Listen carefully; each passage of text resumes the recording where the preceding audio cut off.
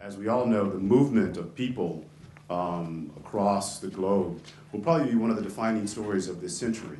And how those individuals and those peoples are actually integrated into the new societies that they move to is really going to be determined, I believe, in large part to how they're portrayed in the media, which is really the determining factor of policy and perspective for these individuals and the lives that they live.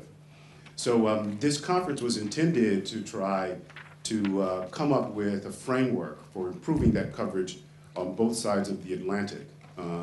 We find that the characterizations that often take place, for example, of Turks in Germany, of Arabs and Muslims in France, and of Mexican immigrants in the United States is often the same. There's a tendency to demonize these individuals and not play them up as human, or play them up as the other and not worthy. And so for the last 2 days, we've been looking at... I think it is extremely important that newsrooms are equipped not only with the best journalists that understand these issues, but also journalists that come from that background and that have lived through the life of, or at least can understand better how the immigrant communities work. I think that was an important issue. I'm really connected with Nina's comments on the first day about the need for humanizing these stories. And the documentary kind of brought an example of how important it is to write about immigration through the eyes of the immigrants themselves. I think it brings a perspective quite often ignored. It's very difficult to cover immigration if you feel detached from the communities. I mean, if you feel afraid of covering, getting into neighborhoods and so on. I think it's very difficult to do a good coverage if we are afraid of our own source. And if we are afraid of the source, we gotta mitigate that by, again, I think Susan also mentioned the use of fixers that come from the community, people that understand the language and the culture. We should rely on them when we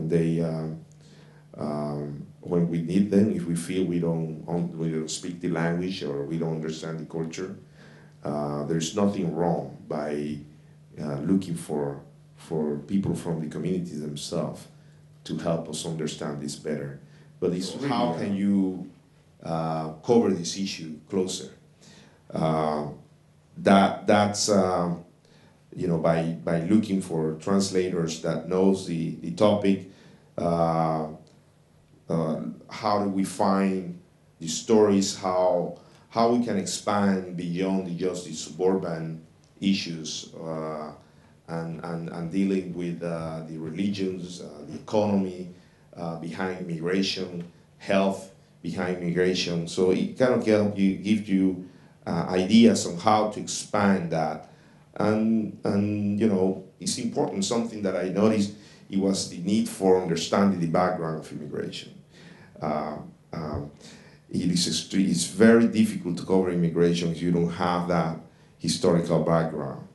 And sometimes, because we are living in a global war now, beyond the borders, quite often when you cover immigration, you might have to even go beyond the local and trying to understand the global issue on immigration. So the manual will walk you through all those issues, from expanding your sources,